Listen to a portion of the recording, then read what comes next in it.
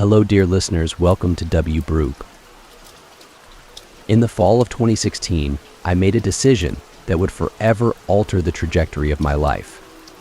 I moved into a house that I had snagged at an unbeatable price. For someone who had just ended a long-term relationship and was now looking to start fresh, this 3-bedroom house seemed like a godsend. It was tucked away in a quiet, mostly abandoned neighborhood, with only 5 other families still living in the surrounding properties. The houses, once vibrant homes, now stood in various stages of decay, their empty windows and overgrown lawns standing as silent reminders of a past era. My new house, however, stood in relatively good condition. The spacious kitchen, complete with a bay window overlooking the front yard, was what sold me on the place. It had charm and character, and I could already envision myself cooking breakfast as the early morning sunlight streamed through. The basement, though a little too large and eerie for my liking, held the washer and dryer, and I was grateful for the convenience. My bedroom upstairs was cozy, with windows that gave a view of the long, desolate street stretching out in front of the house. This was more than enough space for someone living alone. The neighborhood itself was unsettlingly quiet. Only 5 other families lived within the block. Most of the houses were either boarded up or in a state of disrepair. The isolation didn't bother me at first. In fact, I welcomed it. It was a chance to start over without the noise and clutter of city life. Then there was Griselda, my next-door neighbor. At first glance, she seemed like someone who kept to herself, which suited me just fine. I wasn't exactly a social butterfly and had no plans of befriending my neighbors. Griselda, who looked to be in her late 40s or early 50s, was a Hispanic woman with an aura of mystery. She introduced herself the 3rd day I was there. I was outside, taking out the trash, when I caught sight of her watching me from her yard. She waved awkwardly, and I waved back, feeling that neighborly duty tugging at me. She walked over to the fence that separated our yards and told me her name. Griselda, she said softly, her accent making the name linger in the air. I introduced myself in return, and she mentioned she was house-sitting for her sister, who had gone to Guerrero, Mexico with her 2 daughters. She didn't say how long she'd be there, only that her sister would be gone for a few months. That was the extent of our first conversation. At first, I didn't pay much attention to her, and for the first few days, it felt like the arrangement would work perfectly. But Griselda quickly became an unsettling presence in my life. Over the next week, I noticed her watching me. It was never in a confrontational or obvious way, but in the small, mundane moments when I was cooking in the kitchen, mowing the lawn, or even sitting in my living room watching TV. I would catch her figure standing by her window, her eyes fixed on me. Sometimes she would sit on her porch in a wooden chair, and even from there, I could feel her eyes following me. I tried to shrug it off at first. Maybe she was just lonely, I thought. Maybe she didn't have much else to do and was simply curious about her new neighbor. But as the days passed, it started to gnaw at me. I couldn't shake the feeling that her gaze was more than just curiosity. It was intrusive, as if she was studying me, waiting for something to happen. One night, about a month after moving in, things took a stranger turn. I had gotten used to seeing Griselda on her porch every morning as I left for work, always in the same wooden chair, wearing the same dress. It struck me as odd that she never seemed to leave the house. Not for groceries, not even to take out the trash. Her house was always dark, except for the basement, where a single light would flicker on at night. I started to wonder if she even had a job or any reason to be up at odd hours of the night. I would come home from work late and see her in the same position sitting on her porch, staring, always staring. Her clothes never changed. A faded red dress, like a uniform. Her dark, weathered skin looked older than it probably was. The lines around her mouth deepened from frowning. I told myself she was probably eccentric, maybe reclusive. Everyone has their quirks, right? That was until I began to notice things missing from my house. It started small. My comb disappeared from the bathroom. Then, a few family photos were gone. I searched the entire house, thinking I had misplaced them. But soon, other things followed. My old kitchen knife was missing from the drawer. I found one of my windows slightly ajar even though I was certain I had locked it the night before. The basement door, which I always kept shut and locked, was suddenly wide open one evening when I came home. The strangest part? My garbage cans looked like someone had rummaged through them, though nothing was taken. I told myself I was being paranoid, that maybe I was just forgetting to lock things. But the incidents continued to pile up. It wasn't until the night I woke up to the sound of rustling leaves outside my bedroom window that I knew something was wrong. I glanced at the clock. It was just past midnight. My heart raced as I carefully peeked through the blinds. There she was. Griselda was crouched by my basement window, peering inside. The light in the basement flickered on, and she seemed to be mumbling something under her breath. My skin crawled. I shot up, bolting for the door. I stormed outside, but by the time I reached her, she was already back on her porch, sitting calmly as if nothing had happened. If you're enjoying the suspense, do subscribe because your support helps keep this content alive and brings you more thrilling stories like this. "What the hell are you doing on my property?" I yelled, my voice shaking with a mix of anger and fear. She just glared at me, her eyes cold and unblinking. Then she said something under her breath that I couldn't make out and spit in my direction. I felt my stomach twist. Her eyes seemed darker, more menacing than they had before. Something was off, something far more sinister than I could comprehend. I stormed back into my house, feeling unnerved, but more exhausted than anything. I had a long workday ahead and decided to leave the confrontation for another time. I locked every door and window, especially the basement, before heading to bed. The next morning, Griselda wasn't on her porch. For the first time since I'd moved in, she wasn't there. I breathed a sigh of relief as I headed to work, convincing myself that maybe she had finally gotten the message and would stay away from me. Maybe now I could go back to living peacefully in my new home. But that night, peace was the last thing I got. I woke up to the sound of footsteps echoing from the basement. The hair on the back of my neck stood on end. Grabbing the baseball bat I kept under my bed, I cautiously made my way downstairs. The basement door was wide open, and the light was on again. My heart pounded in my chest as I crept down the stairs, my grip tightening around the bat. The basement was empty except for 3 gutted rats, their insides scattered across the floor in a grotesque display. I stared in horror at the scene, bile rising in my throat. Who had done this? How had they gotten in? Suddenly I heard footsteps behind me, moving up the stairs. I spun around, rushing after the intruder. When I reached the top of the stairs, I froze.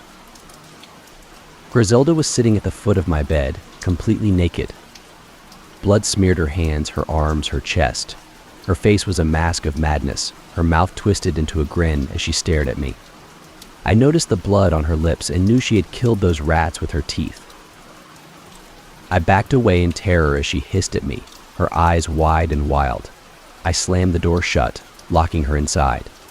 My hands shook as I grabbed my phone and called the police. It felt like an eternity before they arrived, but when they did, I was relieved beyond measure.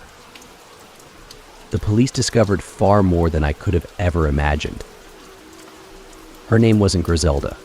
It was Ashley. And her sister and 2 nieces, they were found in the basement of her home, their bodies decomposing on a couch. Ashley had been taking photos with them, smiling in every picture as their bodies rotted. The police told me the photos dated back months. Ashley had killed them long before I ever moved in. I shuddered as I realized I could have been her next victim. I still live in that house, but things have never been the same.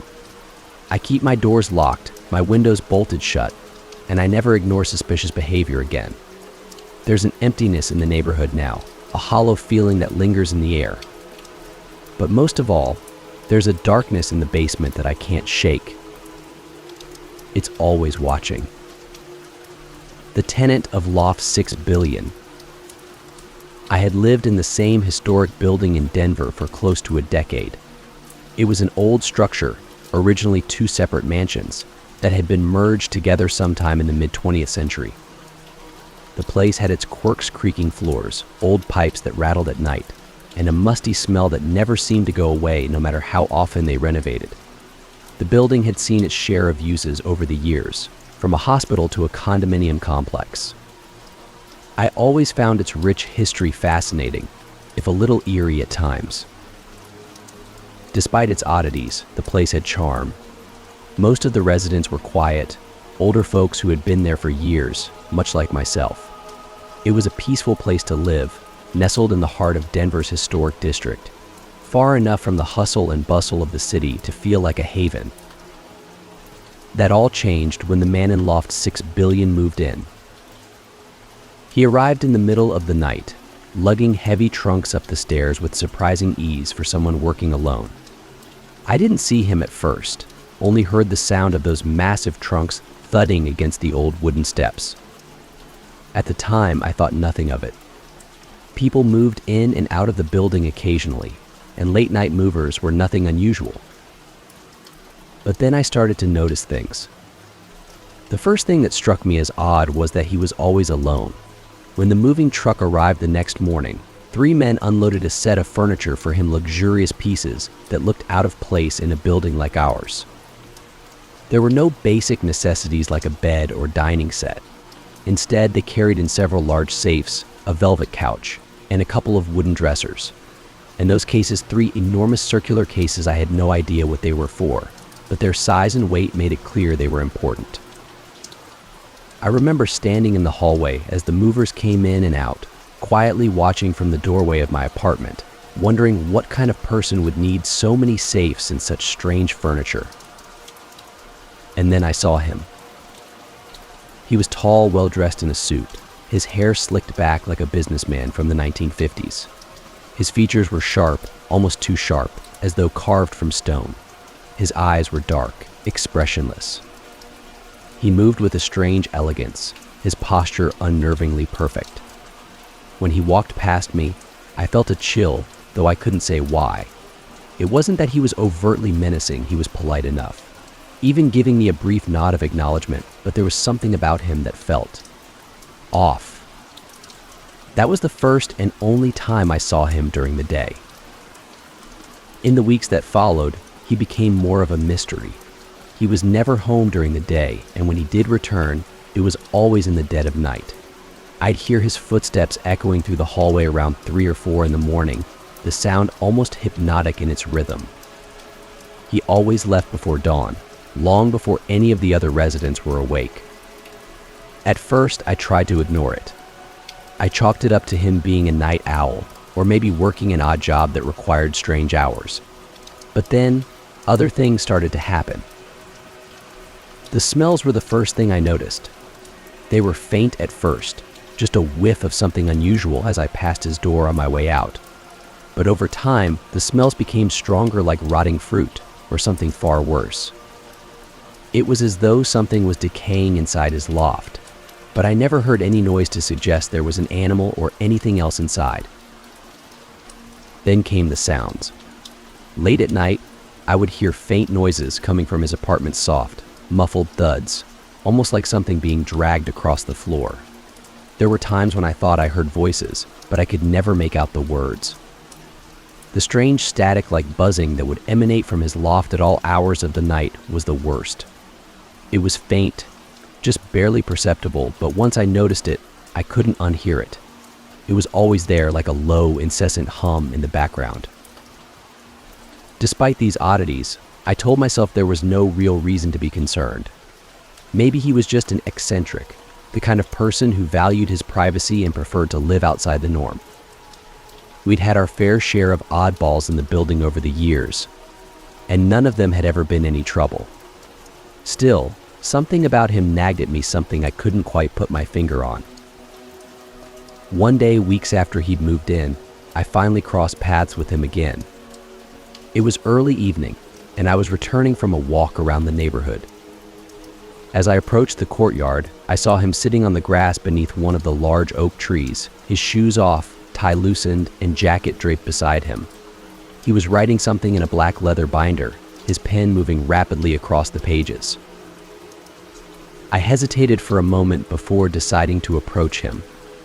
After all, he was my neighbor, and it was about time we properly introduced ourselves. "Hello there," I called out as I made my way across the lawn. "I don't think we've had the chance to meet properly. I'm Mrs. Popoff. I live in the apartment below you." He looked up, squinting slightly in the sunlight. For a moment, his expression was unreadable, but then he smiled a charming, disarming smile that caught me off guard. "Hello," he said, standing up to shake my hand. "I'm pleased to meet you. You must be referring to Loft 6 Billion. I nodded. "Yes, you've been here a while now, but I rarely see you around." He shrugged, as if to brush off the comment. "I travel for work, mostly. I'm not home very often." That explained the odd hours, I thought. Still, I couldn't help but press further. "Must be demanding work to keep you away so much," I said, trying to sound casual. "What do you do, if you don't mind me asking?" He opened his mouth to respond, but before he could say anything, a soft chime came from his pocket. He pulled out his phone, glanced at it briefly, then gave me an apologetic smile. "Sorry, I have to take this," he said, stepping away before I could say another word. I watched as he walked back toward the building, speaking quietly into his phone. There was something unsettling about the way he moved, graceful, almost too graceful. I couldn't shake the feeling that he was hiding something, though I had no idea what. That night, I was woken up by a loud bang from the loft above mine. It sounded like something heavy had been dropped onto the floor. I sat up in bed, my heart racing, and listened. A few moments later, I heard it again, a deep, resonating thud that seemed to vibrate through the walls. I got out of bed, throwing on my robe, and made my way upstairs to confront him. This wasn't the first time I'd been woken by noises from his loft, but it was by far the loudest. As I approached his door, I noticed something strange, a faint light seeping out from the cracks around the doorframe. It wasn't the warm yellow light of a lamp or a ceiling fixture. This light was different. It pulsed softly, shifting between shades of pink, purple, and green. I stood there, frozen, my hand hovering over the doorknob. Every instinct in my body told me to turn back, to leave, but curiosity got the better of me. I knocked once, twice, then a third time. The light flickered, and I heard footsteps approaching from inside. The door swung open, and there he was, standing in his underclothes, his face flushed with a mixture of surprise and irritation. Behind him, the light still pulsed, though it seemed to dim slightly. "What's going on in there?" I demanded, trying to keep my voice steady. He smiled, though it didn't reach his eyes. "I'm sorry, Mrs. Popoff. I was just practicing my guitar." I glanced over his shoulder, and sure enough, there was an electric guitar leaning against the wall. But there was no amp, no sign of any equipment that could have made the noise I'd heard. "You'll have to forgive me," he continued.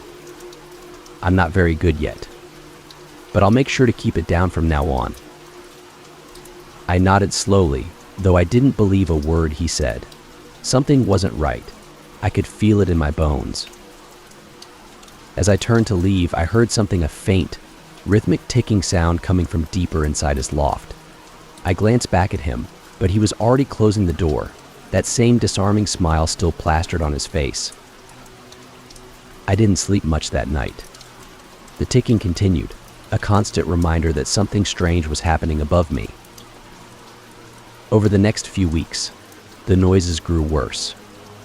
The ticking became more pronounced, and I started hearing strange, low voices muffled, as if coming from far away. The smell of decay lingered in the hallway, growing stronger with each passing day. And then, one night, I heard the screaming. It started around 2A.M. A sharp, high-pitched wail that cut through the silence like a knife. I bolted upright in bed, my heart pounding in my chest. It was coming from his loft, but it didn't sound human. It was something else, something far more terrifying. I grabbed my phone and dialed the police, my hands trembling. I told them about the noises, about the smell, about the strange light. They promised to send someone over. But when the officers arrived, they found nothing. He let them into his loft, showed them around, and assured them that everything was perfectly normal. There was no strange light, no smell, no ticking, and certainly no screams. The officers left, apologizing for the inconvenience. But I knew the truth. The man in Loft 6 billion was hiding something. Something dark. Something that went far beyond what any of us could understand. The snapping man. I had been warned about the snapping man the day I moved into the neighborhood. It was a quiet, sleepy suburban area, the kind where nothing out of the ordinary ever seemed to happen, or at least, that's what I thought. The house itself was perfect for me. A cozy, two-bedroom place with a quaint little garden in the back and enough space for me to settle down after years of moving around from apartment to apartment. The moment I saw it, I knew it was where I wanted to be. There was something about the calm of the neighborhood, the way everything felt so safe and tucked away from the chaos of the city, that made me feel like I had finally found a home. That feeling lasted all of about 6 hours. It was late afternoon when the neighbors came by. They were an older couple, maybe in their 70s, with the sort of warm, grandfatherly vibe that put me at ease right away. They knocked on my door, holding a plate of muffins wrapped in cellophane, and smiled broadly when I opened up. "Welcome to the neighborhood," the woman said cheerfully, pushing the muffins into my hands before I had a chance to say anything. I thanked them, smiling as I placed the plate on the counter. We chatted for a bit, the usual small talk about the area, the weather, how the previous tenants had moved out of state. They seemed friendly enough, and I was relieved that the neighbors were nice, though they were a bit nosy. The man, his name was Harold, if I remember correctly, kept glancing at my living room as if he was sizing it up. It wasn't until they were about to leave that things took a strange turn. "Oh, one more thing," the woman said, her smile faltering slightly. "There's something you should know." I raised an eyebrow. "What's that?" Well, she hesitated, glancing at her husband before continuing. "Every night, at exactly 3 a.m., there's a man who walks down the street." I blinked, confused by her sudden change in tone. "A man." "Yes," Harold interjected. "You'll hear him before you see him. He snaps his fingers as he walks. Always the same rhythm, like this," he demonstrated, snapping his fingers in a slow, deliberate pattern snap. Snap. Snap. "Okay," I said slowly, unsure of where this was going. "Whatever you do," the woman said, her voice dropping to a near whisper, "don't look at him. No matter what, don't look." I couldn't help but laugh a little. "You're kidding, right?" Neither of them laughed. Their expressions remained deadly serious. "If you look at him, you'll regret it," the woman insisted. "We've seen people move into this house and, well, let's just say they didn't last long." I opened my mouth to ask more, but Harold quickly cut me off. "Just make sure your curtains are closed before you go to bed. That's all you need to do." With that, they left. I stood there for a moment, trying to process what had just happened. It was clear they believed what they were saying, but it sounded ridiculous. A man snapping his fingers in the middle of the night? It had to be some kind of neighborhood folklore. A way to spook newcomers, or maybe just a story they told to amuse themselves. I put the muffins in the fridge and tried to push the conversation out of my mind. The first few days in the house were quiet and uneventful. I unpacked, arranged my furniture, and settled into my new routine. During the day, the neighborhood was peaceful, and I began to feel more comfortable with my surroundings. The couple across the street waved at me every time I left the house, and occasionally I'd see children playing in the yards or hear the distant sound of lawnmowers. But as the nights grew colder, I started to remember the old couple's warning. It was about a week after I had moved in when I first heard it. I had stayed up late, watching TV in the living room. The clock on the wall read 2:50 a.m., and I was just about to head to bed when I remembered what the neighbors had said about the snapping man. I hadn't bothered to close the curtains earlier, and I stood up to do just that when I heard it. Snap, snap, snap, snap. It was faint at first, barely audible through the thick glass of the front window, but it was unmistakable. The sound of someone snapping their fingers in perfect rhythm, just as Harold had demonstrated. I froze, listening intently, my hand hovering over the curtain. Snap, snap, snap. The sound grew louder, closer, as though the person was walking down the street toward my house. My heart began to race, and suddenly I remembered the warning. Don't look at him, Dot.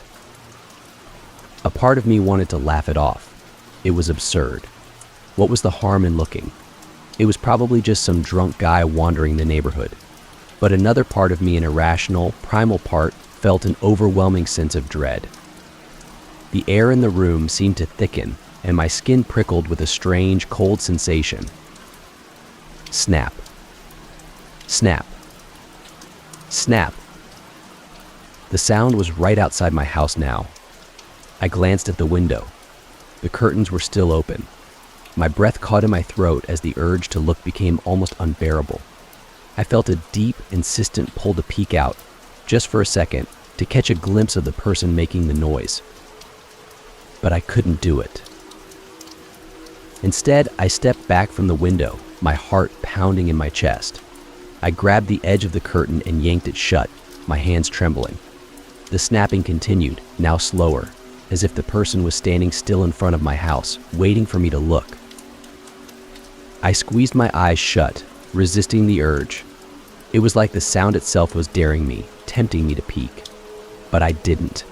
I stood there, frozen in place, until finally the snapping began to fade. Snap, snap, snap. The noise grew fainter as the man walked away, continuing down the street. I didn't move until the sound had completely disappeared into the distance. When I finally opened my eyes, I let out a shaky breath, feeling a mix of relief and confusion. What the hell was that?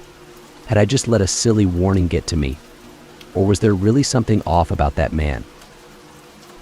The next morning, I decided to ask around. Surely someone else had experienced this. Maybe it was just a harmless prank or a local weirdo who liked to scare new residents.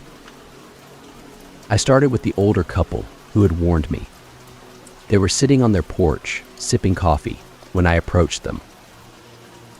"Good morning," the woman called out as I walked up. "Morning," I replied. "I just wanted to ask you something about the man who snaps his fingers at night." Their smiles faded instantly. "What about him?" Harold asked, his tone cautious. "Well, I heard him last night," I admitted. "He walked right past my house." The woman's eyes widened. "You didn't look, did you?" "No," I assured her quickly. "I didn't look." "But who is he? Is it just some guy from the neighborhood?"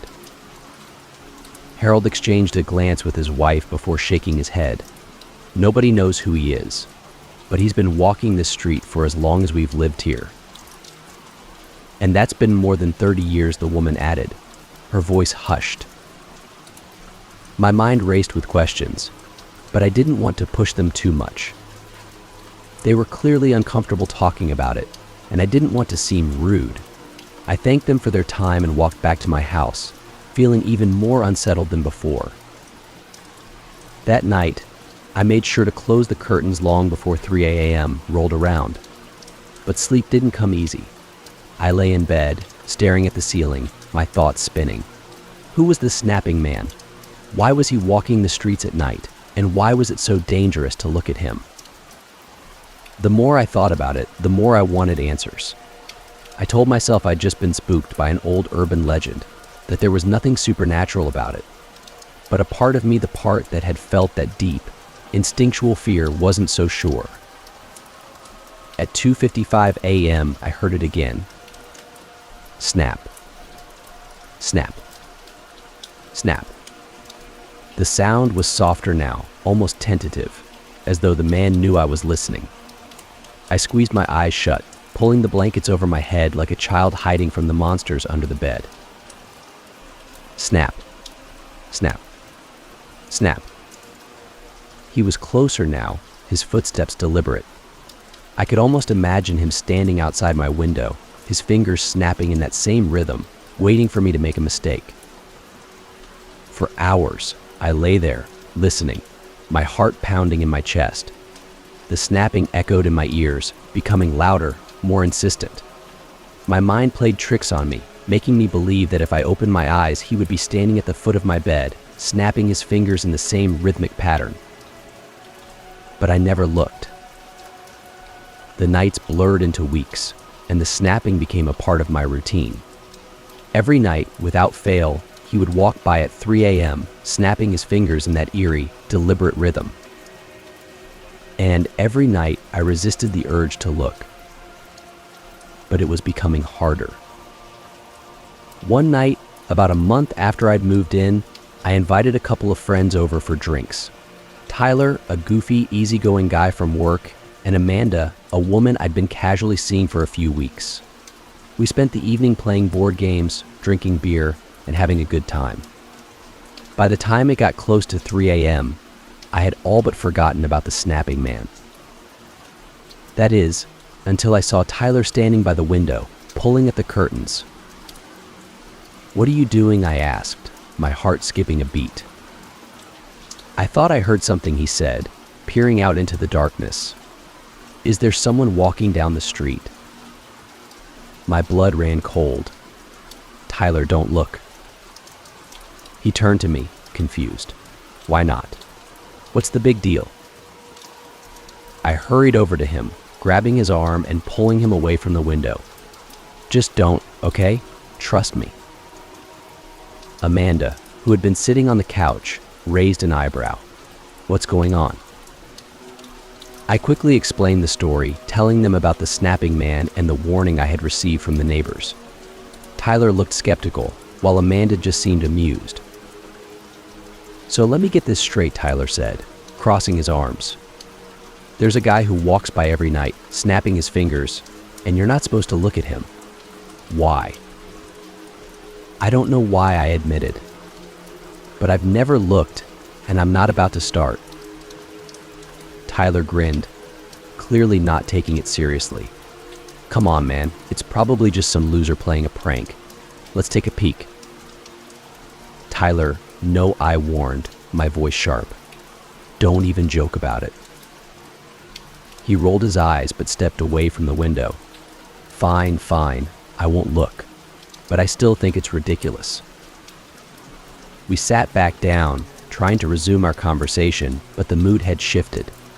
The clock ticked closer to 3 a.m., and I could feel the tension in the room rising. And then, just as expected, the snapping began.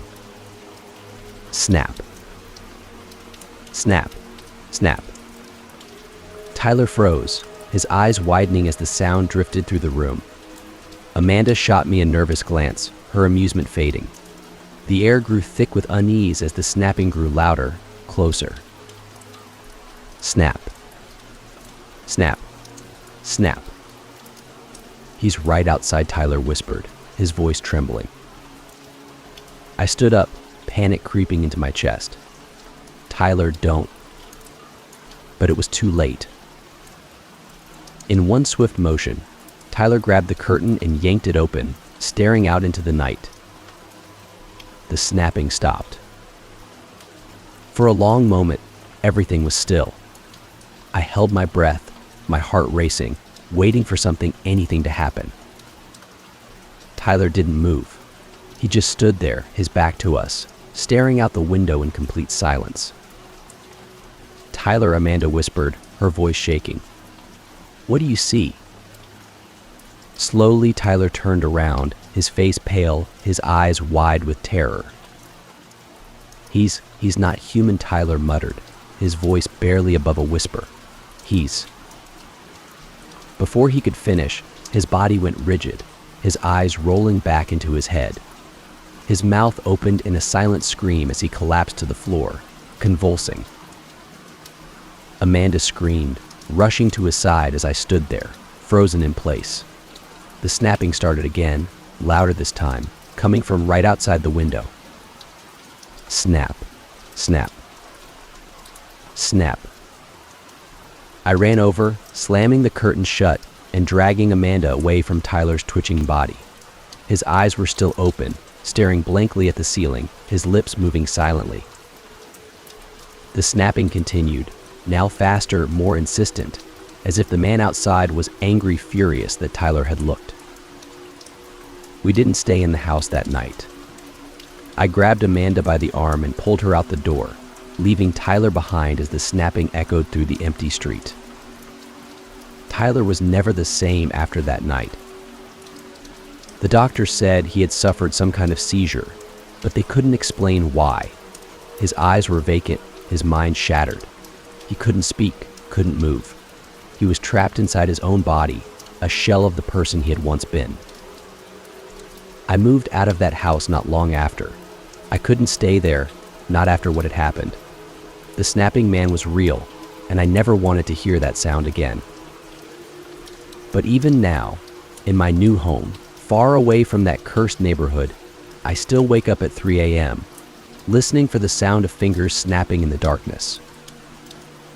The dysfunctional family next door. When I first moved into the quiet suburban neighborhood, it seemed like the perfect place to start fresh. After years of bouncing between crowded city apartments and noisy urban streets, I craved a simpler, quieter life. My new house sat on a peaceful cul-de-sac with well-manicured lawns and families who seemed to live the idyllic suburban dream. But what I didn't realize was that, beneath the surface, one house on my street hid a darkness that would eventually ripple out and affect everyone nearby. It wasn't long before I met my next-door neighbors, a family of 4. They seemed normal enough at first glance: a father, a mother, and 2 daughters, each about 10 or 12 years old. They kept to themselves for the most part, and in a neighborhood where privacy was respected, I didn't think much of it. The father, whom I'll call Dave, was a tall man with a loud, booming voice. He had a permanent smirk on his face, the kind that made you think he was always in on some private joke. His wife, Carla, was smaller, frail even, with stringy brown hair and tired eyes. The daughters were rarely seen, usually rushing to the car for school or huddled together in the backyard when they weren't inside. At first, nothing seemed out of the ordinary. But as the months passed, I started to notice things. It began with the yelling. Nearly every evening, just as the sun dipped below the horizon, Dave's voice would cut through the otherwise quiet neighborhood like a knife. He wasn't just raising his voice, he was screaming vile, hateful words directed at his wife and daughters. I could hear it clearly from my living room, even with the windows closed. His insults were vicious, often sexual in nature, aimed not only at his wife but disturbingly at his young daughters. "You're nothing but a lazy whore," he'd scream at Carla. "No wonder the girls don't respect you." The sound of objects smashing against walls would often follow, the crash of glass breaking or the thud of something heavy hitting the floor.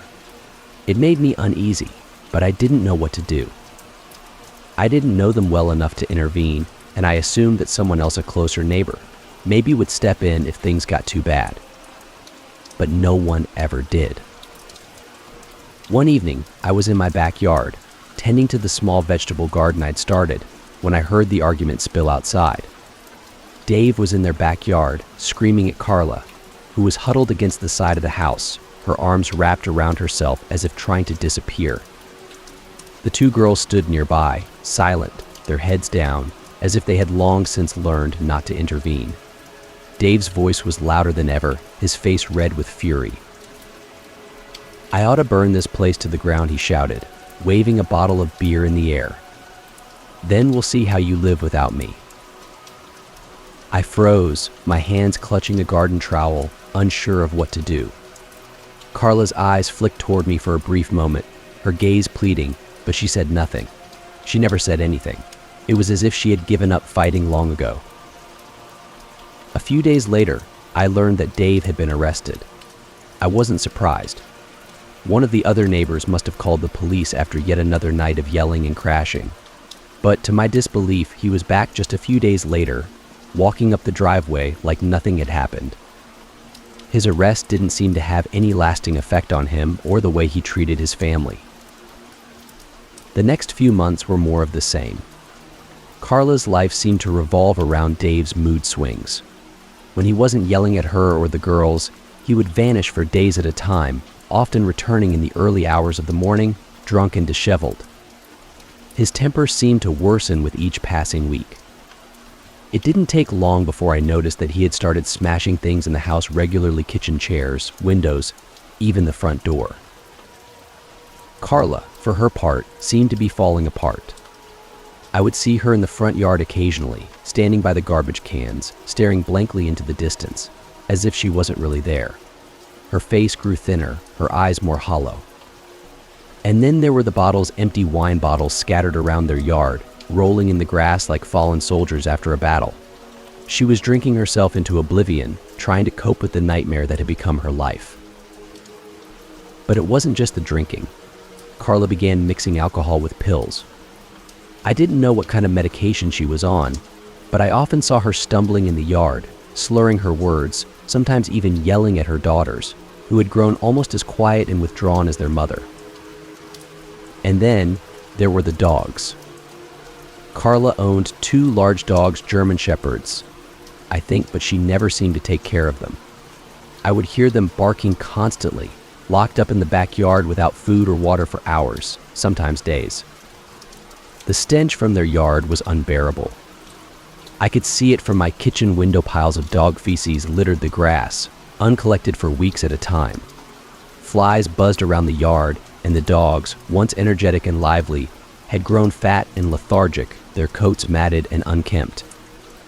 One day, I was taking out my trash when Carla appeared in her yard, a cigarette hanging loosely from her lips, and started screaming at the dogs. "Shut the hell up," she yelled, kicking at the fence as the dogs continued barking. I glanced over, watching as she threw the cigarette into the grass and stumbled back toward the house. The dogs whined pitifully, but she ignored them. It was a sad, pitiful sight, one that only added to the growing sense of dread I felt every time I thought about that family. Then, one night, everything changed. I was in my living room, watching TV, when I heard a loud crash from next door. It was followed by the sound of something shattering and then, terrifyingly, the sound of fire alarms going off. I jumped up, my heart racing, and rushed outside. A plume of thick, black smoke was rising from Carla's house. Instinctively, I ran toward the house, hoping to help in any way I could. The front door was open, and I could hear someone yelling inside. Carla's voice, shrill and panicked, echoed through the smoke-filled air. My house. My house. Someone set it on fire. I froze, confused. It was clear the fire had started in the living room, but no one else was around. The flames were small at that point, licking the edges of the furniture, but they were spreading fast. I turned to Carla, who was standing in the front yard, her eyes wide and frantic. "What happened?" I shouted, trying to get through to her. She pointed to the house, her hands trembling. Someone set my door on fire. They're trying to kill me." I looked around, expecting to see someone fleeing the scene, but the street was empty. No one else was around. I grabbed my phone and called 911, relaying the situation to the operator. The fire department arrived within minutes, and the firefighters quickly doused the flames. The damage wasn't too extensive, but the living room was scorched, the front door reduced to charred remains. Carla, meanwhile, was talking to the police, telling them that she was being stalked, that someone had been watching her for weeks, waiting for the right moment to strike. She rambled on and on about her ex-husband, blaming him for everything. According to her, he had turned the girls against her, poisoned them against their own mother. and now he was trying to kill her. The police, to their credit, listened patiently, but it was clear they didn't believe a word of it. And neither did I. The evidence was overwhelming. There were wine bottles scattered all over the yard, and the lingering scent of alcohol clung to Carla like a second skin. It didn't take long for the police to piece together the truth. Carla had set the fire herself, either intentionally or in a drunken stupor.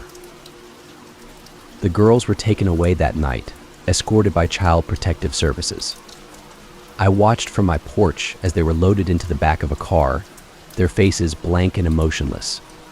They didn't cry or protest, they just stared straight ahead, like they had known this day was coming for a long time. After that, things went downhill fast. With the girls gone, Carla seemed to spiral even further.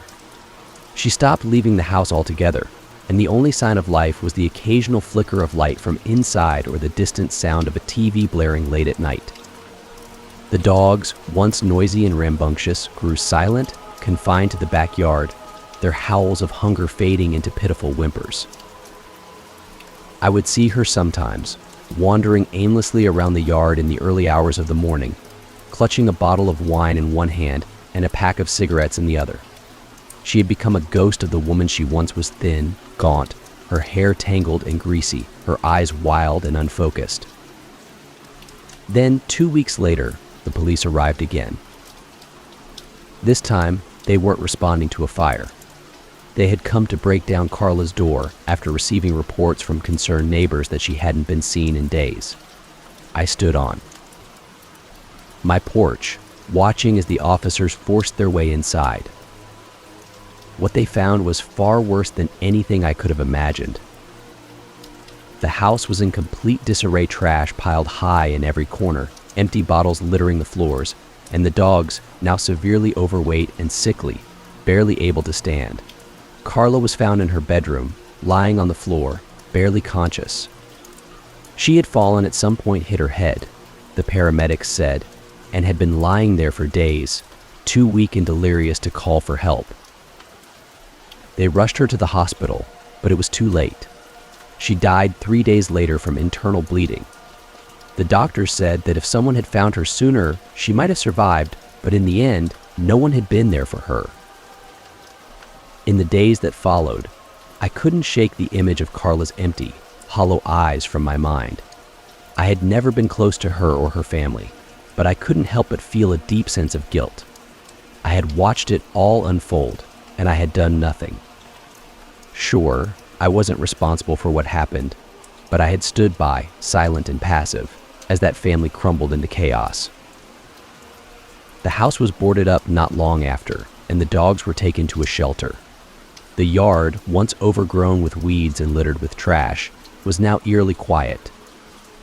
It was as if the house itself had become a tomb, a reminder of the darkness that had consumed the lives of the people who once lived there. Sometimes late at night, I think about those two little girls. I wonder where they ended up, if they were able to move on from the nightmare they had endured. I hope, wherever they are, they found some semblance of peace. As for me, I stayed in the neighborhood, though it was never the same after that. The air felt heavier, the streets quieter, as if the shadow of what had happened next door had settled over everything. In a way, it was a reminder that even in the most idyllic places, darkness can still take root, and sometimes we don't see it until it's too late. The ghost of my elderly neighbor. Living next to an elderly woman like Mrs. Wilson always brought a certain level of comfort. In a world that constantly seemed to rush by, she was a reminder of the way things used to be when people knew their neighbors and took the time to chat over the fence or help with gardening. Mrs. Wilson had lived next door to me for as long as I could remember. She was in her 90s, and while she was mostly quiet and kept to herself, it was always reassuring to know she was there. Her house, a small single-story home, sat right next to mine. I had always liked the familiarity of seeing her lights on in the evening, the gentle glow of her TV flickering through the window as I went about my nightly routine. Occasionally, I would hear the muffled sound of a news broadcast or an old movie playing at full volume. She wasn't hard of hearing, as far as I knew, but she always kept her TV loud enough that it became part of the background noise of my life. Whenever I was out in the backyard, I would catch sight of her through the kitchen window, moving slowly as she washed dishes or prepared a small meal for herself. She rarely left the house. Her age made it difficult for her to get around, but there was always something comforting about knowing she was there, keeping an eye on the street, making sure everything was as it should be. She had no family that I knew of. No children or grandchildren ever came to visit, and she didn't seem to have any close friends. It was just her, living alone in that small house. I sometimes felt bad for her, especially around the holidays, but whenever I offered to help with groceries or yard work, she would smile politely and wave me off, insisting she was fine. And for the longest time, it seemed like she was. It wasn't until one summer evening, about a year after I had moved into my house, that things started to change. I was doing some chores around the house, tidying up before the weekend, when I noticed something strange. The lights in Mrs. Wilson's house were off. It wasn't a big deal people turn off their lights. After all, but as I continued with my chores, I realized they had been off for a few days. I hadn't seen any movement inside, and the faint sound of her TV, which I had grown so used to hearing, was absent. At first, I didn't think too much of it. Maybe she was sleeping more, or maybe she had gone to stay with a relative for a few days. But as the days passed, a strange sense of unease began to creep in. The house was completely dark, and there was no sign of life. It was as if Mrs. Wilson had vanished. I stood by my kitchen window one evening, looking over at her house as I washed the dishes. The sun was setting, casting long shadows across the yard, and the air was thick with the smell of freshly cut grass. Normally, I would have seen Mrs. Wilson's silhouette moving through her kitchen, the sound of her TV filtering through the thin walls. But tonight, the house was still, the windows dark and empty. The longer I stood there, the more unsettling it became. I told myself I was being silly, that she was probably just sleeping or away for a few days, but something about the silence felt wrong. It was around the middle of the week when I finally worked up the nerve to go check on her. I hadn't seen her in nearly a week by that point, and the gnawing feeling that something was off had only grown stronger. I walked over to her house, my heart beating faster than it should have been for such a simple task. Her front porch was neat and tidy, just as it always had been. A few flower pots lined the steps, filled with bright, colorful blooms that contrasted sharply with the darkness inside the house. I knocked on the door. No answer. I knocked again, a little louder this time, hoping that maybe she was just hard of hearing. Still nothing. Mrs. Wilson, I called out, pressing my ear to the door, listening for any sign of movement inside. There was only silence. A cold chill crept up my spine, and I found myself glancing around the yard as if expecting someone to jump out from the shadows. The street was quiet, the only sound the distant hum of a car driving by. I knocked one more time, my knuckles rapping sharply against the wood. When there was no response, I stepped back, my hands trembling slightly. Something was wrong. I could feel it in my gut. But what could I do? Call the police? What would I even say? That I hadn't seen my elderly neighbor in a few days and her house seemed off. I decided to wait. Maybe she would show up, or maybe I was just overreacting. But that night, as I lay in bed, staring up at the ceiling, I couldn't shake the feeling that something terrible had happened. A few days later, my worst fears were confirmed. I was coming home from work when I saw the ambulance parked outside Mrs. Wilson's house. 2 paramedics were standing on the porch, talking quietly to one another, their faces grim. I rushed over, my heart pounding in my chest. "What happened?" I asked, breathless, as I approached them. One of the paramedics glanced at me, his expression somber. "You live next door." I nodded. "We got a call from one of the other neighbors," he explained. "They hadn't seen her in a while and were worried." I didn't need to ask what had happened. I could see it in their faces, in the way they carried themselves. Mrs. Wilson was gone. They found her in her bedroom, lying peacefully in her bed. It seemed like she had passed away in her sleep, days ago. The paramedics told me there was nothing suspicious, just the natural end to a long life. But that didn't make it any less tragic. For days after her death, I couldn't shake the sadness that hung over the neighborhood. It was strange, not hearing her TV at night, not seeing her lights on when I took out the trash. Her house, once so full of quiet life, was now dark and empty. A week after the paramedics came, I was standing in my backyard, watering the small garden I had started, when I heard it. "Hey, Pekingese."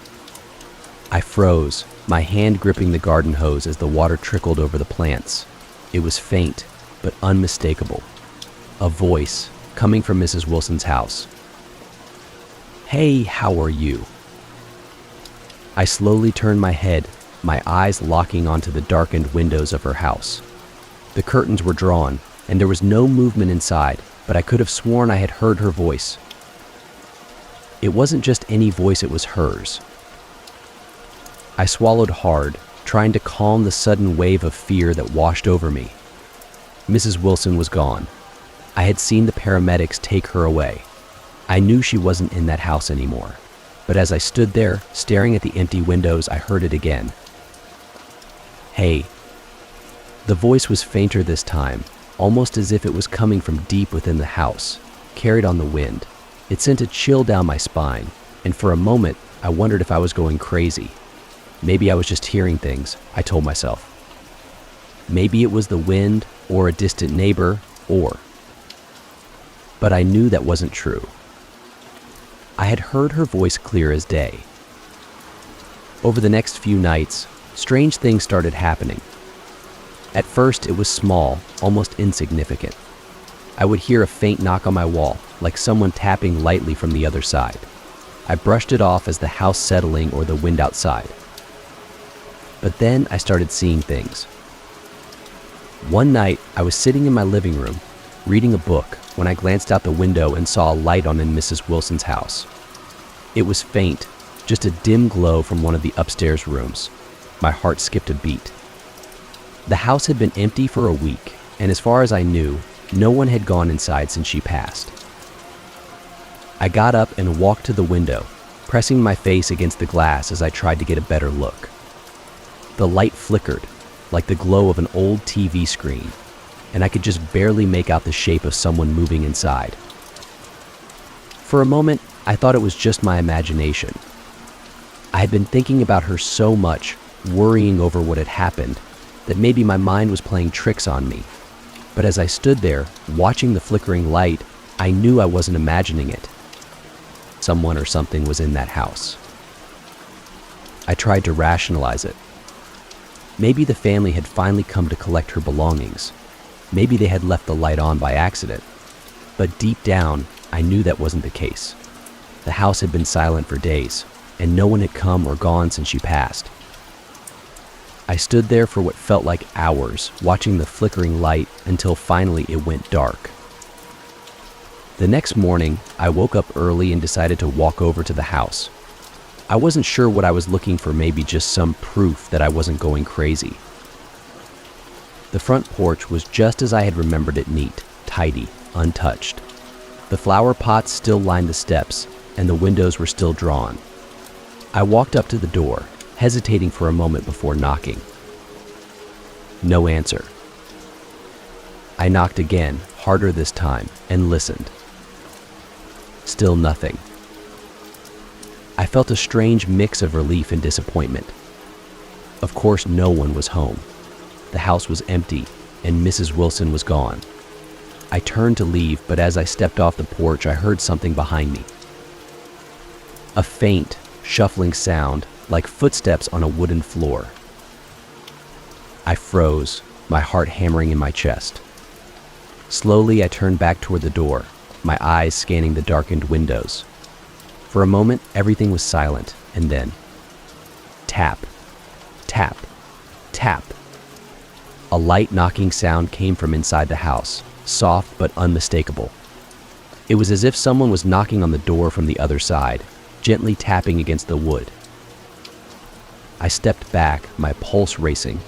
I wanted to believe it was just the wind, or maybe a loose shutter, but deep down, I knew the truth. Mrs. Wilson wasn't gone. Not completely. That night, I lay in bed, staring at the ceiling, trying to make sense of what had happened. The strange voice, the flickering light, the tapping on the door, it all felt surreal, like something out of a nightmare. But it wasn't a dream. At around midnight, I heard it again. The sound of her voice, faint but clear, drifting through the thin walls of my bedroom. Hey. It was coming from her house. The same voice I had heard before. I sat up in bed, my heart pounding. This time I didn't ignore it. I threw on my shoes and headed for the door, adrenaline pumping through my veins. I had to see for myself what was happening. I had to know. As I stepped outside, the cool night air hit my face, and the street was bathed in darkness. Mrs. Wilson's house stood silent, just as it had for the past week, but I could feel it, the same eerie sensation I had felt that afternoon. Something was wrong. I made my way across the yard, my footsteps soft on the grass, and stood in front of her house. The front door was closed, but I could see a faint light coming from the upstairs window, the same light I had seen before, flickering like an old TV screen. I hesitated for a moment, my hand hovering over the doorknob. I knew I shouldn't go in. I knew I should turn back and forget about it.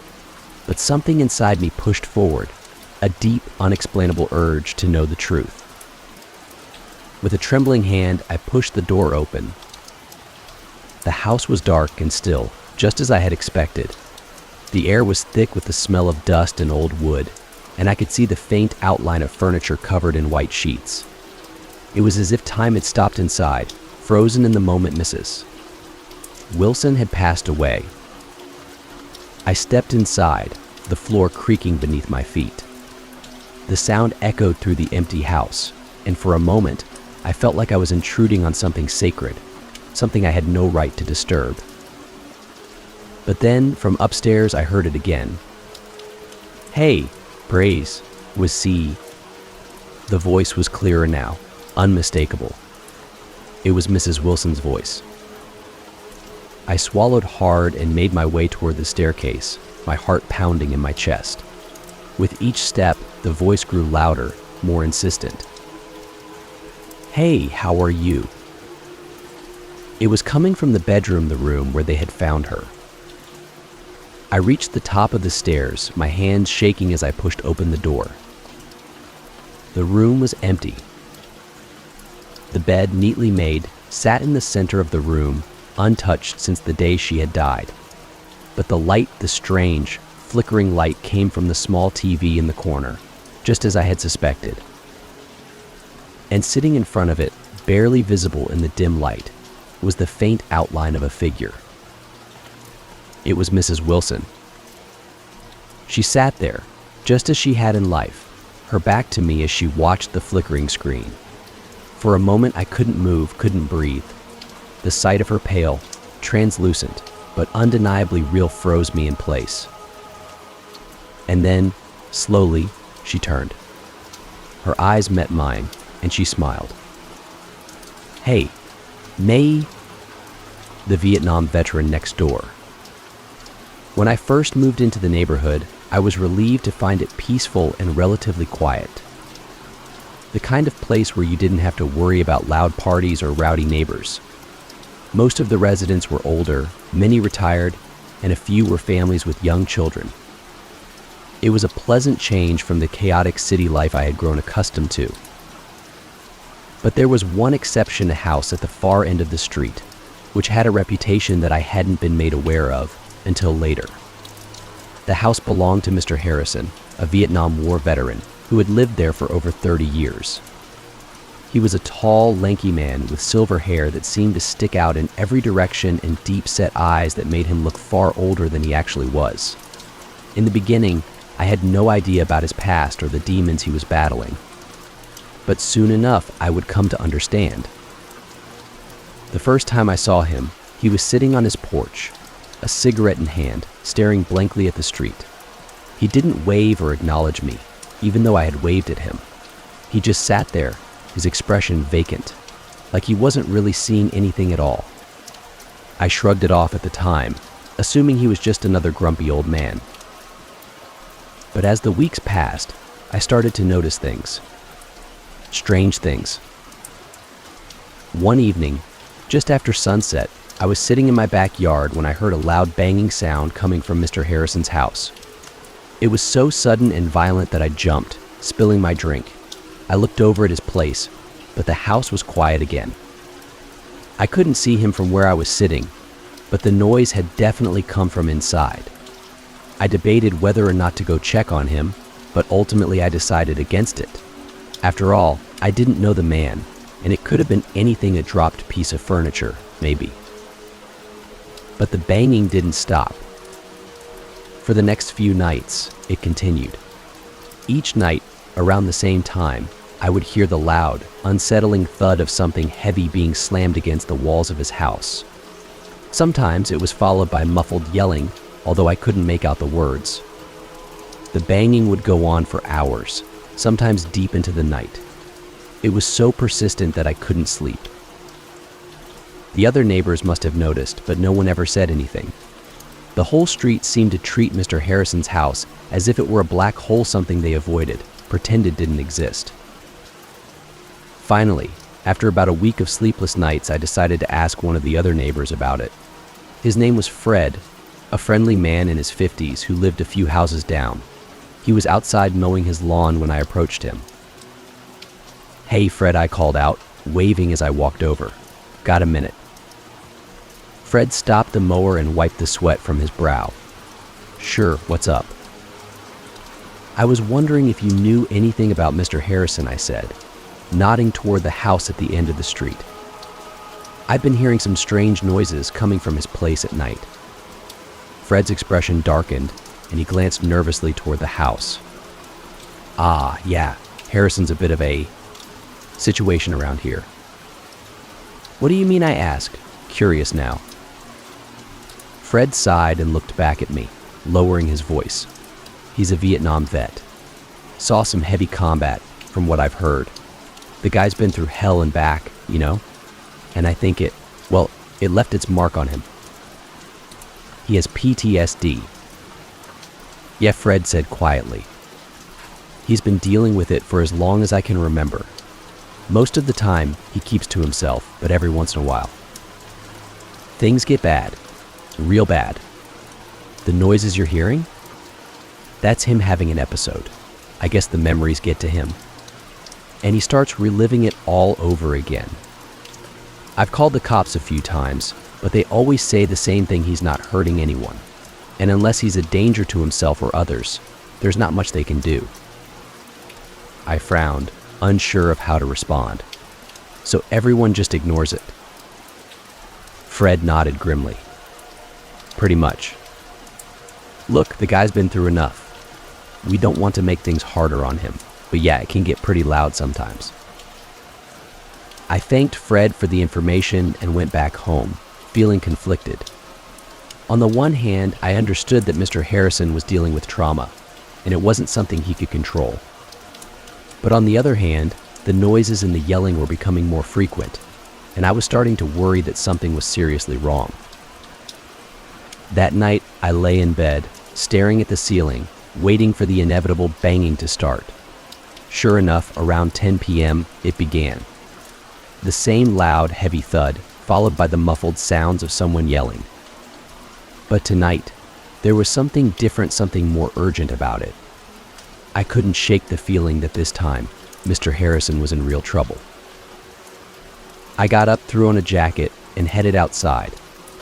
The night air was cool and crisp, the street eerily quiet except for the banging coming from Harrison's house. I hesitated for a moment at the edge of my yard, but then, steeling myself, I walked toward his house. The banging grew louder as I approached. I could hear his voice now, clearer than before. He was shouting, but the words didn't make any sense. They were disjointed, frantic. "Get down! Get down!" he screamed, followed by the unmistakable sound of something heavy crashing against the wall.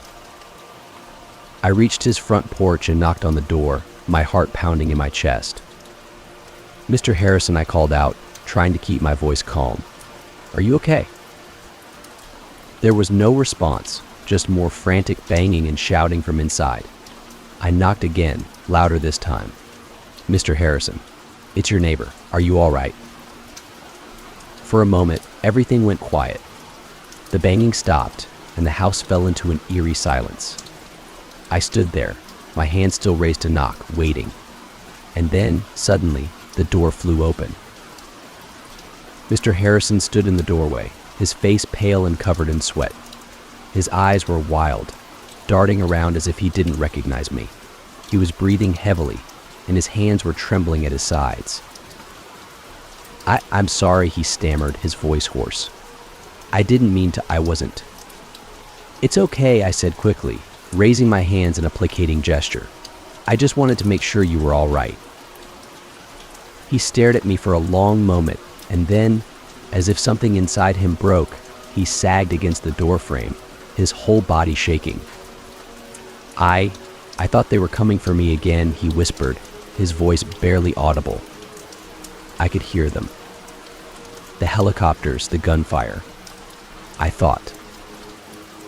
I didn't know what to say. I had no experience dealing with someone who had been through what he had. But I couldn't just leave him like this. "Do you want me to call someone?" I asked gently. "A doctor or—" "No," he said sharply, his eyes widening. "No doctors. No hospitals." I hesitated but nodded, respecting his wishes. "Okay, but maybe you should sit down. You look like you've been through the ringer." He nodded numbly and stepped aside, allowing me to follow him into the house. The inside of his home was dark and cluttered, the faint smell of cigarette smoke lingering in the air. Papers and books were scattered across the floor, and several pieces of furniture had been overturned in what must have been his frantic episode. In one corner, a large wooden cabinet had been knocked over, its contents old photographs, medals, and military memorabilia strewn across the floor. He led me to the living room, where he collapsed onto an old, worn-out couch. I sat down across from him, unsure of what to say. For a long time, we sat in silence. Mr. Harrison stared blankly at the floor, his hands still trembling, his breathing shallow. I could tell he was trying to hold himself together, but the weight of his memories was crushing him. Do you want to talk about it?" I asked cautiously, not wanting to push him but feeling like I had to do something. For a moment, I thought he wasn't going to answer. But then, slowly, he nodded. "I was 19, he began, his voice barely above a whisper. 19 when they sent me to that hellhole. Vietnam, it changes you. Changes the way you see the world, the way you see yourself. You come back, but you're never really home. Part of you stays there, in the jungle." He paused, his eyes glazing over as if he was seeing something far away, something terrible. "I lost a lot of good men over there. Friends, brothers, they just disappeared into the jungle. 1 minute they were there, and the next, gone. I can still hear them sometimes, calling out for help." His voice broke, and he buried his face in his hands, his shoulders shaking. "I should have saved them," he whispered. "I should have done something." I sat there, listening, feeling utterly helpless. What could I say to a man who had been through something like that? There were no words that could erase the pain, no comfort that could take away the weight of his guilt. But he kept talking, the words spilling out of him like a dam had finally broken. He told me about the things he had seen, the horrors he had witnessed, and the nightmares that haunted him every night. He told me about the helicopters, the gunfire, the constant fear that any moment could be his last. He told me about the friends he had lost, the men who had never made it back home. And then, finally, he told me about the night that haunted him the most. It was an ambush, he said, his voice hollow. We were pinned down, surrounded. I could hear them, Charlie, moving through the trees, getting closer. I ordered my men to take cover, but it wasn't enough. They were all around us. We didn't stand a chance. He paused, his hands gripping the edge of the couch as if he was trying to hold on to something solid. There was this kid, Private Jenkins, just 18. He was so scared, kept saying he didn't want to die. I told him he wasn't going to die. I promised him. He let out a bitter laugh, shaking his head. But I couldn't keep that promise. I couldn't save him. He died right there in my arms. And every night since, I've heard his voice. I see his face. I hear him asking me why I didn't save him. Tears streamed down Mr. Harrison's face as he spoke, and I felt a lump form in my throat. I didn't know what to say. I had never experienced anything like what he had gone through. But I could see the toll it had taken on him, the way it had eaten away at him for decades, leaving him a shell of the man he once was. "I'm so sorry," I whispered, my voice barely audible. He looked at me, his eyes filled with pain and regret. "They're always with me," he said quietly. "Every day, every night. I can't escape them." For a long time, we sat there in silence. I didn't know what to say, and he didn't seem to expect anything from me. I was just there, listening, being present as he opened up about the things he had kept buried for so long. Eventually, he seemed to calm down. The shaking stopped, and his breathing slowed. He leaned back against the couch, exhausted, but there was a sense of relief in his expression, like a weight had been lifted, even if only for a moment. "Thank you," he said quietly, his voice raw, "for listening." I nodded, standing up to leave. "Anytime," I said. "If you ever need someone to talk to, I'm right next door." He nodded, and for the first time since I had met him, he gave me a small, genuine smile. As I left his house that night, I couldn't help but feel a deep sense of sadness for the man who had been trapped in his own personal hell for so many years. I knew that nothing I had said or done could truly take away his pain, but I hoped that, in some small way, I had helped him feel a little less alone. In the weeks that followed, I noticed a change in Mr. Harrison. The banging and yelling stopped, and the house was quiet once again. I saw him more often, sitting on his porch, smoking a cigarette, but there was something different about him. He seemed calmer, more at peace. We never talked about that night again, but every time I saw him, he would give me a small nod, as if to say, "Thank you, it wasn't much," but it was enough. I still hear him sometimes, late at night, pacing in his house. I know the nightmares are still there, lurking in the shadows, waiting to pull him back into the jungle. But at least now, he knows he's not alone. The phantom upstairs neighbor. For the longest time, I lived in a quaint, old apartment building on the outskirts of the city. The place had history, dating back to the early 1900s, with its creaky wooden floors, narrow staircases, and drafty windows. But despite its age, the building had a certain charm, and I liked the sense of community among the residents. Everyone knew each other, and there was a quiet, predictable rhythm to life there. My apartment was on the second floor, and I had no complaints about the place. It was cozy, and the rent was cheap. But the best part was the quiet. The kind of quiet you don't find in the heart of a bustling city. Sure, there was the occasional creak from the old pipes or the groan of the building settling at night, but for the most part, it was peaceful. That is, until the noises started. It began subtly, so subtle that I didn't even notice at first. At odd hours of the night, when I was sitting in bed reading or watching TV, I would hear faint footsteps coming from the apartment above me. It wasn't anything alarming at first, just the soft creak of floorboards, as though someone was walking around late at night. Since I had never seen anyone moving into the apartment above me, I assumed my upstairs neighbor was just a quiet type who kept to themselves. But the footsteps persisted. Every night, Without fail, I would hear them pacing back and forth, sometimes for hours. It was always the same, slow, deliberate steps, as though the person was walking in a specific pattern. Left, right, back again. At first, I didn't mind it. After all, I figured I was just hearing the normal sounds of someone living their life. But over time, something about the footsteps began to unsettle me. It wasn't just the frequency of the steps, it was the fact that they never seemed to change. There was no variation in the rhythm, no pauses for the person to sit down or stop walking. It was just an endless loop, the same steady, rhythmic pacing. Left, right, left, right. And then there was the time. The footsteps only ever started late at night, sometimes as late as 2 or 3 in the morning. I couldn't imagine what my neighbor was doing that required pacing back and forth for hours in the dead of night. It didn't make sense. I decided to ask the landlord about it. His name was Mr. Higgins, an elderly man who had owned the building for decades.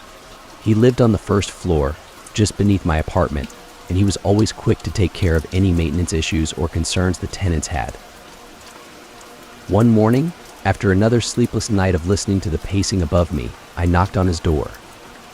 Mr. Higgins opened it with a warm smile, wearing his usual plaid shirt and suspenders. "Good morning," he greeted me. "Everything all right?"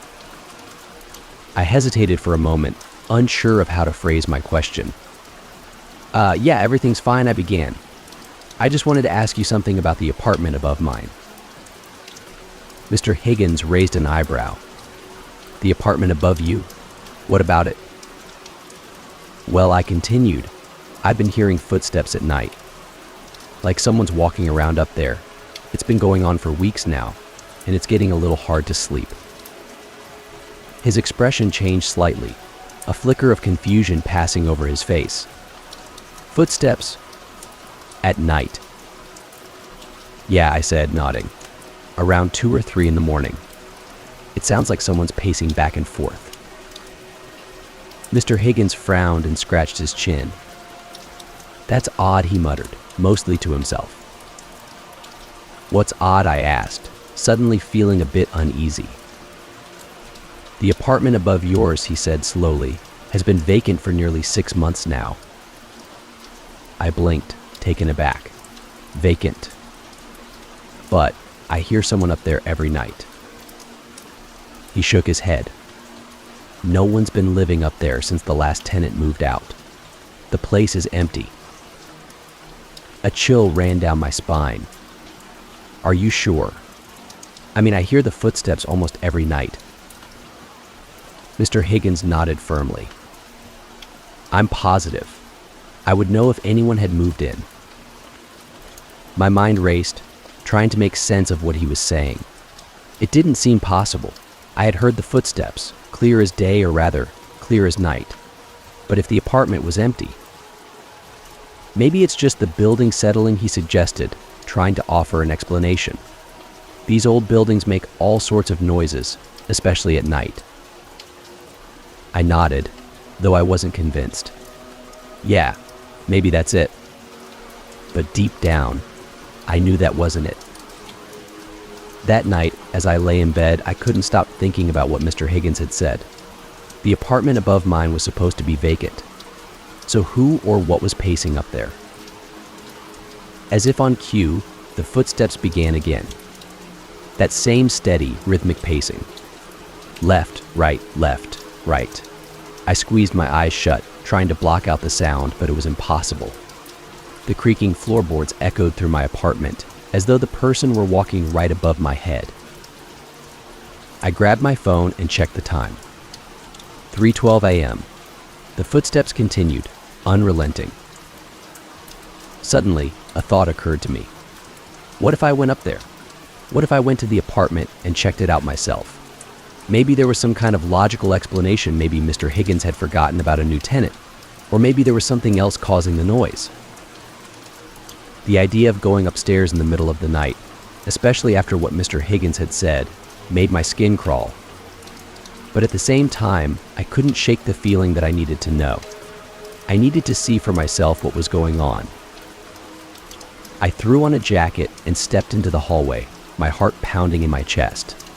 The building was dark and silent, except for the faint creaking of the footsteps above me. I made my way up the narrow staircase, each step feeling heavier than the last. When I reached the third floor, I hesitated outside the door of the vacant apartment. The footsteps had stopped as soon as I had stepped into the hallway below, and now, the silence was almost deafening. I stood there for a moment, my hand hovering over the doorknob, unsure of what I was expecting to find. Finally, I took a deep breath and turned the knob. The door swung open with a loud creak, and I stepped inside. The apartment was completely empty. The floor was covered in a thick layer of dust, undisturbed by any footprints or signs of recent activity. The windows were covered in grime, allowing only a faint sliver of moonlight to filter into the room. It was cold, colder than it should have been, and the air had a stale, musty smell. I stood there, staring at the empty space, waiting for anything to happen. But there was nothing. No footsteps, no sounds, just the eerie, oppressive silence of an abandoned apartment. I let out a shaky breath, feeling a mixture of relief and unease. Maybe it really was just the building settling. Maybe I had been hearing things. But as I turned to leave, something caught my eye. In the corner of the room, near the window, there was a small, round object lying on the floor. I walked over to it, squinting in the dim light, and realized it was an old coin. It was tarnished and worn, but the faint outline of a face was still visible on one side. I picked it up, turning it over in my hand. It didn't seem particularly valuable, just an old coin that had probably been left behind by a previous tenant. But as I stood there, holding the coin, I felt an overwhelming sense of dread. Suddenly, I heard a sound behind me. A soft creak, like the floorboards shifting under the weight of a footstep. I froze, my heart racing, and slowly turned around. There was no one there. But the feeling of being watched was so strong that it made the hairs on the back of my neck stand on end. I backed away slowly, my eyes darting around the empty room, searching for the source of the sound. And then, just as I reached the door, I heard it again. Left, right, left, right. The footsteps had started again. I didn't sleep at all that night. I lay in bed, my mind racing, trying to make sense of what had happened. I had been in that apartment. I had seen with my own eyes that it was empty, but I couldn't deny what I had heard. The footsteps had been real, and they hadn't stopped after I left. The next morning, I decided to do some research. I figured there had to be an explanation, something that would shed light on what I was experiencing. I started by asking around the building, talking to some of the other tenants who had lived there for a long time. Most of them had heard the stories, whispers about strange noises in the building, particularly in the vacant apartment above mine. But no one seemed to know the full story. It wasn't until I spoke to an elderly woman named Mrs. Callahan, who had lived in the building for over 40 years, that I began to piece things together. "You're talking about the apartment on the third floor, right?" she asked, her voice low and conspiratorial. "Yeah," I said, leaning in. "Do you know anything about it?" She nodded, her eyes narrowing. "There was a man who lived there. Oh, must have been about 20 years ago now. He was a strange one. Kept to himself, never talked to anyone.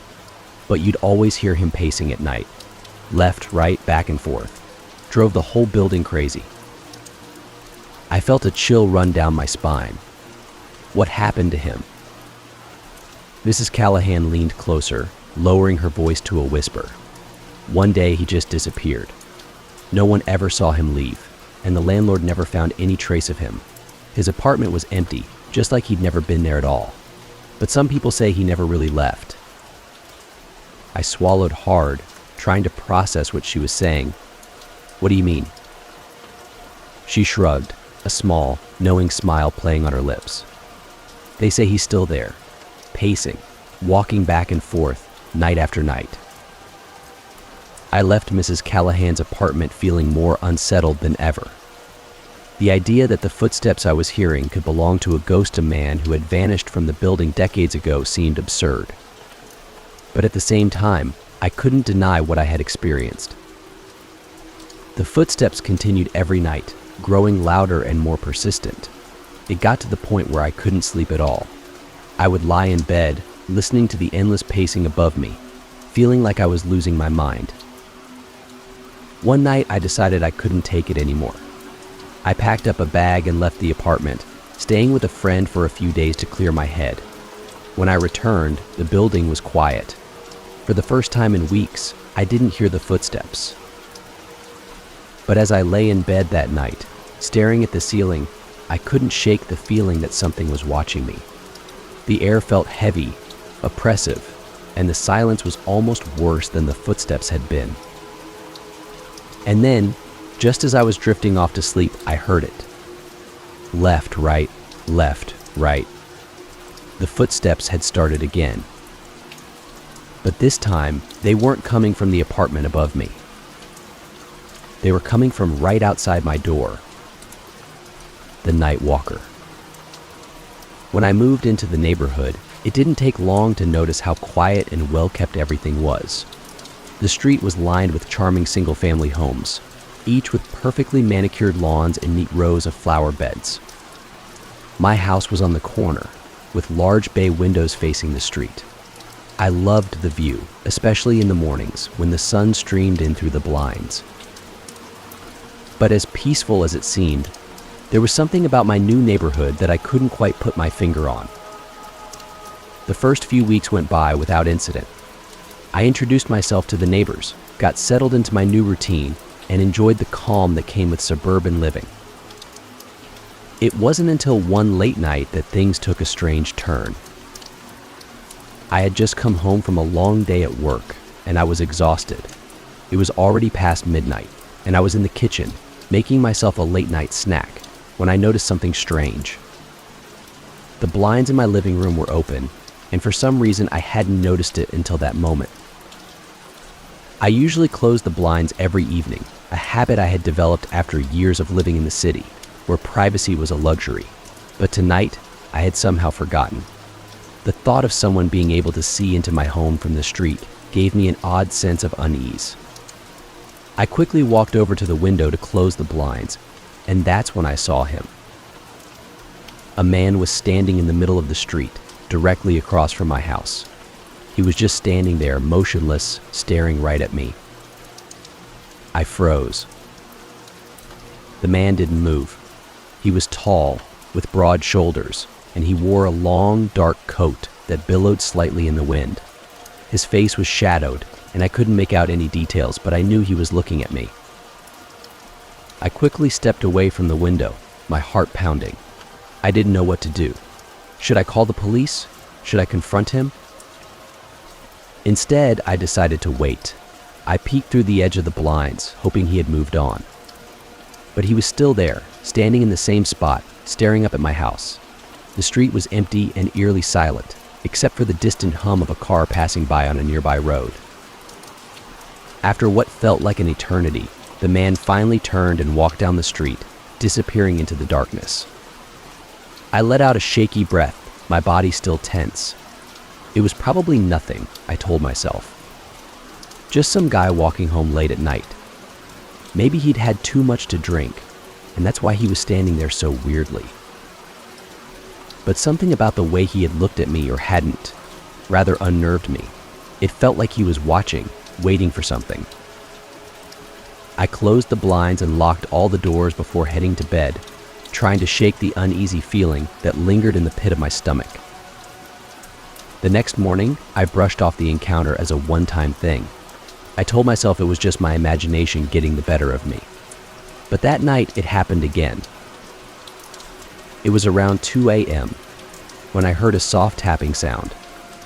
I was lying in bed, half asleep, when the noise jolted me awake. I sat up, listening intently. The sound was faint, but persistent, like someone lightly tapping their fingers against the window pane. I got out of bed and made my way to the living room, my heart racing. The house was dark, except for the soft glow of the street lamp outside. I cautiously approached the window, feeling that same sense of dread creeping up my spine. I peeked through the blinds, and there he was again. The same man, standing in the middle of the street, staring directly at my house. He hadn't moved. He was in the exact same spot as the night before, as if he had been waiting there all along. A chill ran down my spine, and I backed away from the window, my mind racing. Who was this man? Why was he standing there in the middle of the night, watching my house? I considered calling the police, but what would I even say? There was no law against standing in the street, and he hadn't done anything threatening. But the way he just stood there, silent and motionless, was unnerving. For the next few hours, I couldn't sleep. I kept checking the window, hoping he had left, but every time I looked, he was still there. Finally, just before dawn, he disappeared into the shadows once again, leaving me feeling shaken and exhausted. The next day, I decided to ask one of my neighbors about it. There was a woman named Jessica who lived across the street, and she seemed friendly enough. I had seen her a few times while I was out in the yard, and we had exchanged pleasantries, but I didn't know much about her. I walked over to her house in the late afternoon and knocked on the door. Jessica answered with a warm smile, her blonde hair pulled back into a ponytail. "Hey neighbor," she said cheerfully. "What can I do for you?" I hesitated for a moment, unsure of how to bring up the strange man I had seen. "I just wanted to ask you something," I said slowly. "Have you noticed anything unusual around here lately, like late at night?" Jessica raised an eyebrow. "Unusual? What do you mean?" Well, I began, feeling a little foolish. I've seen a man standing in the street the past couple of nights, right outside my house. He just stands there, staring at my window. Jessica's smile faltered, and I noticed a flicker of something in her eyes, fear, maybe, or recognition. "A man," she repeated, her voice a little quieter now. "Standing outside your house." I nodded. "Yeah, have you seen him?" Jessica bit her lip and glanced around, as if checking to make sure no one was listening. Then she stepped outside, closing the door behind her. "Listen," she said, her voice low. "You're not the first person to see him." My stomach dropped. "What do you mean?" Jessica sighed, crossing her arms. "A few months ago, another neighbor, Tom, who used to live in the house next to yours, started seeing the same man. He told me about it one night when we were talking. Said the guy would just stand there, staring at his house, never moving." "What happened to Tom?" I asked, my heart pounding. "He moved away," Jessica said flatly. "About a month after he started seeing the man, he couldn't take it anymore. Said the guy was driving him crazy, showing up every night, just standing there watching." A chill ran down my spine. Did he ever figure out who the man was? Jessica shook her head. "No one knows. He just shows up. Some of the older folks in the neighborhood say they've seen him too, but no one talks about it much. It's like a bad omen or something." I swallowed hard, feeling a knot form in my stomach. What do I do? Jessica glanced over at my house, her expression serious. "Keep your curtains closed. Don't look at him. And whatever you do, don't go outside at night." That night, I took Jessica's advice. As soon as the sun went down, I closed all the curtains and double-checked that the doors were locked. I sat in my living room, the only sound the soft ticking of the clock on the wall, and tried to ignore the growing sense of dread that had settled over me.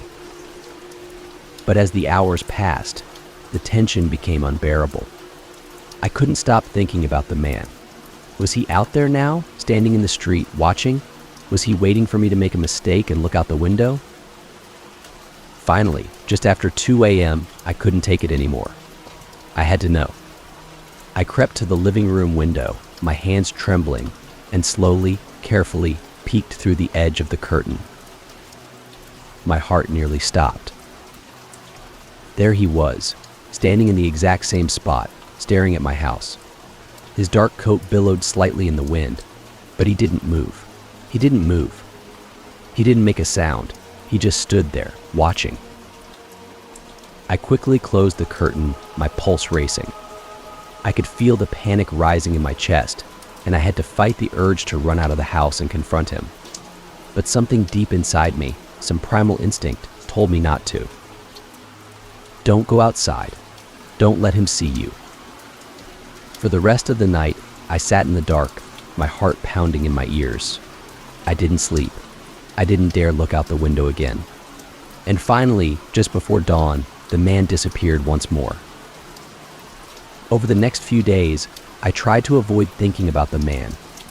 I kept my curtains closed at all times, and I stayed inside after dark, just like Jessica had advised. But no matter how hard I tried, I couldn't shake the feeling that he was still out there, watching. And then, one night, everything changed.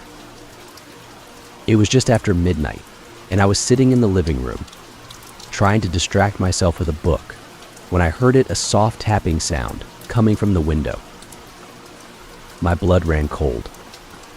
Tap, tap, tap. It was faint, barely audible, but I knew exactly what it was.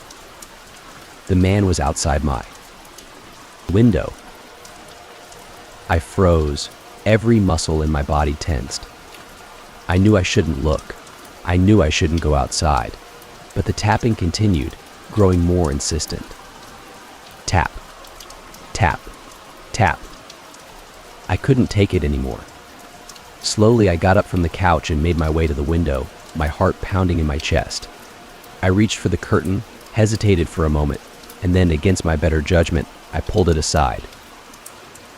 The man was standing on the sidewalk, closer than he had ever been before. His face was still hidden in shadow, but I could feel his gaze on me, cold and unblinking. And then, to my horror, he smiled.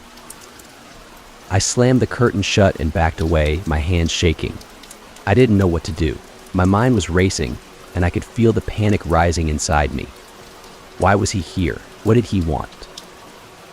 Suddenly, I heard a knock at the door. My heart nearly stopped. The knock was slow, deliberate. The kind of knock that someone gives when they know you're inside, and they're waiting for you to answer. I stood frozen in the middle of the living room, staring at the door. The knock came again. Knock, knock, knock. I couldn't move. I couldn't breathe. I knew it was him. He was at my door. The knocking continued, louder now, more insistent. My mind was screaming at me to run, to hide, to do anything but open the door. But my feet were rooted to the spot. Then, just as suddenly as it had started, the knocking stopped. The house was silent. The street outside was silent.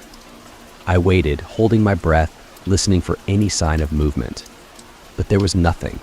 Slowly, cautiously, I crept to the window and peeked through the curtain one last time. The man was gone. The next morning, I packed up and moved out of the house. I couldn't stay there anymore, not with the constant fear of him coming back. I didn't tell anyone why I was leaving. I didn't need to. Jessica had seen the look in my eyes when I said goodbye, and I knew she understood. As I drove away from the neighborhood for the last time, I glanced in the rearview mirror, half expecting to see the man standing in the middle of the street, watching me leave. But he wasn't there. I don't know where he came from or why he targeted me. I don't know what he wanted. But I do know one thing: I'll never forget the way he smiled.